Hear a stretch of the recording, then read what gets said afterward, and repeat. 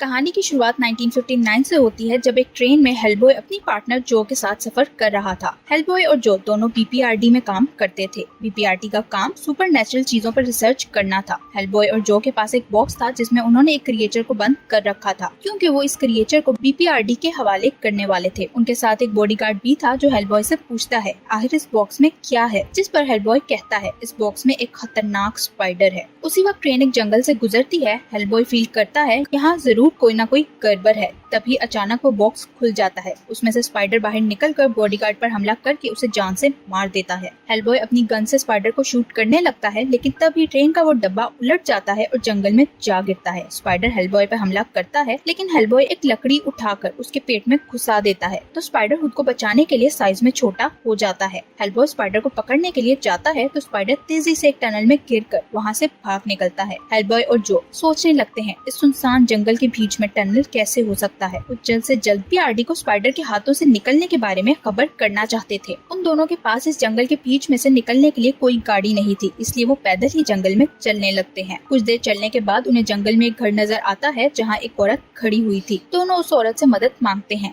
लेकिन औरत उन्हें कहती है मैं इतनी गरीब हूँ कि मेरे पास ना पैसे हैं और ना ही मोबाइल। फिर वो दोनों उस औरत के घर के अंदर जाते हैं जहाँ वो औरत के बेटे को देखते हैं जो नीचे लेटा हुआ था। वो दोनों उससे नीचे लेटने का कारण पूछते हैं तो वो बताता है मुझ पर किसी विच का असर है। मैं विच कोरा को हमेशा तंग करता था, तो उस विच ने मुझे शराब दिया, इसलिए मुझे बुखार चढ़ गया है। उसी वक्त वहाँ एक लड़का आता है जिसका नाम टॉम था। टॉम बहुत सालों बाद अपने गांव में वापस आया था। टॉम उस औरत से उसके बेटे के बारे में पूछता है, जिस पर औरत उसे बता देती है। ये सुनकर टॉम औरत से कहता है मैं कोरा को जानता हूँ। कोरा असल में विच बॉल्स बनाया करती थी और मुझे वैसा ही बॉल आपके घर के बाहर मिला है। हेलबॉय टॉम के हाथ में वो बॉल देखता है। वो औरत टॉम से पूछती है तुम इतने सालों से कहाँ थे, जिस पर टॉम उसे बताता है मैं आर्मी में भर्ती हो गया था और अब मैं अपनी मॉम से मिलने आया हूँ। वो औरत टॉम को बताती है कुछ साल पहले ही तुम्हारी मॉम की मौत हो गई है। फिर टॉम अपने डैड के बारे में पूछता है तो वो औरत बताती है तुम्हारे डैड गाँव से कहीं गायब हो चुके हैं। फिर टॉम वहाँ से जाने लगता है, लेकिन जो उसे रोक कर कहती है हम भी तुम्हारे साथ चलना चाहते हैं, क्योंकि हम एक चीज ढूंढ रहे हैं। हमें विश्वास है हम तुम्हारी मदद से उस चीज को ढूंढ सकते हैं। जो की बात सुनकर टॉम उन्हें अपने साथ ले जाने के लिए तैयार हो जाता है। वो तीनों उसी वक्त कोरा के घर जाते हैं, लेकिन उन्हें कोरा के बेडरूम में कोरा की डेड बॉडी मिलती है। वो तीनों कोरा के घर रुककर उसके वापस जिंदा होने का इंतजार करने लगते हैं। हेलबॉय उन्हें बताता है मेरी मॉम भी एक विच थी जो मुझे जन्म देते हुए मर गई। ऐसा कहा जाता है हेलबॉय की मॉम ने एक डेविल से डील की थी, इसलिए उसकी कोख से एक डेविल जैसे हेलबॉय ने जन्म लिया था। टॉम उन्हें बताता है मैं और कोरा रिलेशनशिप में थे, लेकिन एक दिन मुझे एक लड़की मिली जिससे मुझे प्यार हो गया। वो लड़की भी एक विच थी जो मुझे विच क्राफ्ट सिखाने लगी थी। वो कहता है एक दिन उस लड़की ने एक काली बिल्ली की हड्डियों को इकट्ठा करके एक सिंबल बनाया और फिर वो डेविल को वहाँ बुलाने लगी। वहाँ एक डेविल क्रूकमैन आया जो बहुत ही खतरनाक डेविल था। क्रूकमैन वॉर लड़ने के टाइम में बहुत अमीर हुआ करता था, क्योंकि वो वॉर लड़ने वाले सब लोगों को हथियार सप्लाई करता था। क्रूकमैन को इस बात की बिल्कुल भी चिंता नहीं थी कि उसके वेपन से कौन मारा जाता है। जब गाँव वालों को इस बारे में पता चला तो उन्होंने क्रूकमैन को एक पेड़ से लटका दिया, लेकिन मरने के बाद उसकी आत्मा स्वर्ग में नहीं जा सकी, इसलिए उसकी आत्मा को हेल में भेज दिया गया, जिस कारण वो हेल में जाकर एक डेविल बन गया। टॉम ने क्रूकमैन को ही समन किया था, इसलिए उसे क्रूकमैन वहाँ नजर आया था। क्रूकमैन लोगों की सोल को चुरा कर उन्हें एक सिक्के में बदल देता है और उन सिक्कों के हमेशा अपनी जेब में रखता था। टॉम कहता है मैंने अपनी एक्स गर्लफ्रेंड की इकट्ठी की गई काली बिल्ली की हड्डियों में से एक हड्डी चुरा ली थी, जो मेरे लिए लकी चार्म बन गई। असल में हड्डी चुराना क्रूकमैन के साथ एक डील थी कि टॉम जब वो हड्डी क्रूकमैन को वापस कर देगा तो वो उसे जान से मार देगा। टॉम कहता है क्रूकमैन मुझे इतनी बेरहमी से मारेगा जिसके बारे में कोई सोच भी नहीं सकता, इसलिए मैंने कई बार उस हड्डी को डिस्ट्रॉय करने की कोशिश भी की,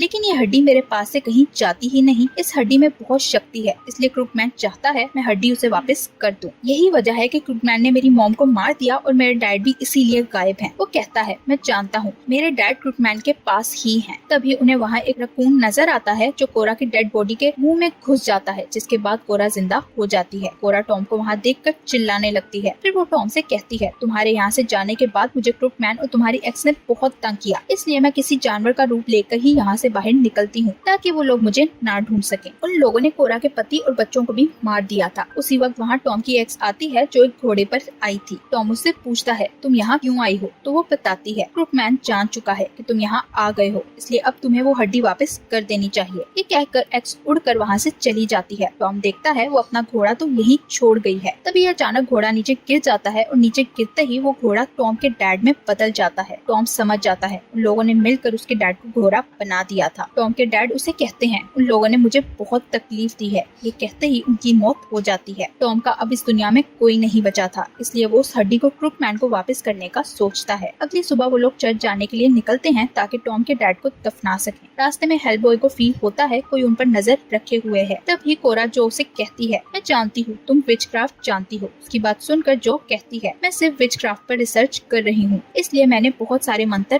पढ़े हैं। तभी अचानक कोरा वहाँ से गायब हो जाती है तो वो लोग कोरा को ढूंढने लगते हैं। हेलबॉय को कोरा नजर आती है जो पोजेस्ड हालत में थी। कोरा हवा में उड़ने लगती है और कोरा के शरीर में से एक सांप निकलकर उसके मुंह में चला जाता है। ये देखकर हेलबॉय उस सांप को पकड़ता है लेकिन वो सांप उसकी गर्दन पर काट लेता है। फिर वो दोनों के बीच लड़ाई होने लगती है। तभी पोजेस्ड कोरा हेलबॉय पर हमला करती है लेकिन हेलबॉय उसे जमीन पर पटक देता है। सांप का जहर हेलबॉय के शरीर में फैलने लगता है, इसलिए वो बेहोश हो जाता है। बेहोश होने के बाद हेलबॉय खुद को एक दूसरी दुनिया में पाता है जहाँ वो कोरा को देखता है। कोरा हेलबॉय को एक जगह ले जाती है जहाँ हेलबॉय अपनी मॉम को देखता है। तभी वहाँ एक बड़ा सा कौवा आता है जो हेलबॉय की मॉम से पूछता है तुम क्या चाहती हो, जिस पर उसकी मॉम कहती है मैं इस दुनिया से निकलना चाहती हूँ। वो कौवा हेलबॉय की मॉम से कहता है तुम्हें इस दुनिया से निकलने से पहले मेरा एक काम करना होगा। तुम्हारे पेट में एक डेविल का बच्चा पल रहा है, इसलिए तुम इस बच्चे को जन्म देने के बाद मारोगी। हेलबॉय की मॉम कहती है मैं ऐसा नहीं करना चाहती, लेकिन तभी कौवे को आग लग जाती है। उसी वक्त हेलबॉय की आंख खुल जाती है जो उसे बताती है तुम मैजिकल बॉन्ड की वजह से दोबारा उठ पाए हो। दूसरी तरफ टॉम कोरा को ढूंढने लगता है लेकिन वो उसे कहीं नहीं मिलती, जिस पर टॉम समझ जाता है कोरा मारी गई है। फिर वो तीनों चर्च में जाते हैं जहाँ उन्हें रेवरेंड मिलता है जो देख नहीं सकता था। रेवरेंड उनसे पूछता है तुम लोग यहाँ क्यों आए हो, जिस पर टॉम उसे बताता है मेरे डैड की मौत हो गई है जिसे क्रूकमैन ने मारा है। वो टॉम से पूछता है तुम आगे क्या करने वाले हो, तो टॉम कहता है अब मैं क्रूकमैन के घर जाऊंगा ताकि मैं उसे जान से मार सकता। तभी जो विंडो से बाहर देखती है तो उसे बहुत सारी विचेस नजर आती हैं। ये विचेस चर्च को घेर लेती हैं। रेवरेंड टॉम से कहता है अगर तुम वहाँ जाना चाहते हो तो तुम्हें दिन में वहाँ जाना चाहिए, क्योंकि रात के वक्त क्रूकमैन की शक्तियाँ डबल हो जाती हैं, फिर तुम उसे हरा नहीं पाओगे। हेलबॉय कहता है हम अभी वहाँ जाएंगे, लेकिन तभी वहाँ अंधेरा हो जाता है। रेवरेंड उन्हें बताता है क्रूकमैन यहाँ राज करता है, इसलिए यहाँ दिन और रात भी उसी के हिसाब से होता है। जो इन सब सुपरनैचुरल चीजों को देखकर हैरान होती है, क्योंकि उसने आज से पहले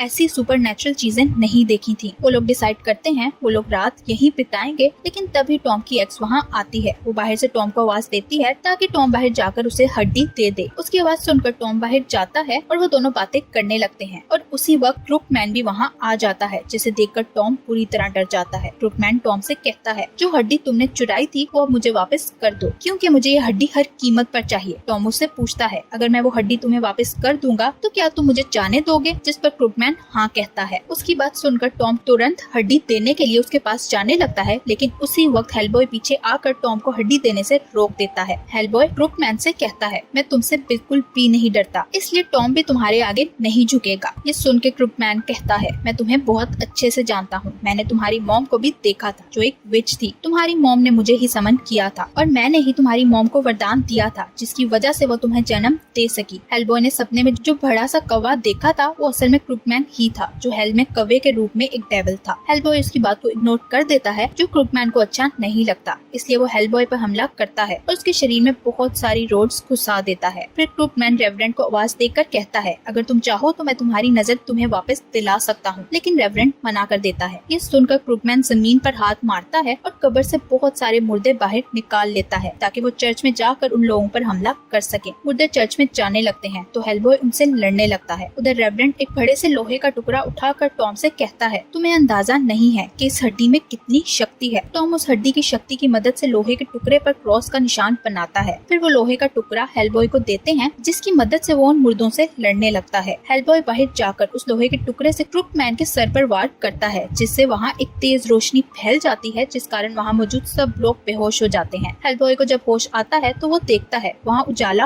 हो गया था और क्रूकमैन कौवे के रूप में आ गया। हेलबॉय को होश में आता देखकर क्रूकमैन वहाँ से उड़कर भाग जाता है। टॉम कहता है हमें उसे मारने के लिए उसके पीछे जाना चाहिए, जिस पर हेलबॉय मान जाता है, पर जाने से पहले वो जो को यहीं उसका इंतजार करने का कहता है। फिर वो दोनों क्रूकमैन के पीछे जाने के लिए निकल जाते हैं। उनके जाने के बाद जो रेवरेंड से पूछती है क्रूकमैन ने जब जमीन पर हाथ लगाया तो सब मुर्दे जिंदा कैसे हो गए। वो बताता है इस धरती में ऐसा कुछ है जिसकी वजह से क्रूकमैन को शक्ति मिलती है। बात सुनकर रेवरेंड जो को एक टनल दिखाता है और उसे बताता है ये टनल पुराने जमाने से बंद पड़ी है। वो कहता है इसके बारे बारे में कहा जाता है ये हेल का एक दरवाजा है, इसलिए इसके ऊपर चर्च को बना दिया गया ताकि कोई भी डेविल इस दुनिया में वापस ना आ सके। रेवरेंड की बात सुनकर जो कहती है मैं इसके नीचे जाकर देखना चाहती हूँ। तो रेवरेंड कहता है मैं भी तुम्हारे साथ जाऊंगा क्योंकि टनल के अंदर जाना खतरे से खाली नहीं है। इस टनल में जाकर किसी न किसी चीज की कुर्बानी देनी पड़ती है, लेकिन जो उसकी बात को इग्नोर करके टनल में जाने के लिए निकल जाती है। दूसरी तरफ हेलबॉय और टॉम क्रूकमैन के घर पहुंच जाते हैं जहां वो क्रूकमैन को ढूंढने लगते हैं। तभी वहां सुपर नेचुरल चीजें होना शुरू हो जाती हैं जो देखकर हेलबॉय बहुत परेशान हो जाता है। उधर टनल में कई सारे कौवे रेवरेंड पर हमला कर देते हैं। कौवे रेवरेंड की आंखें नोच लेते हैं जिस कारण उसकी मौत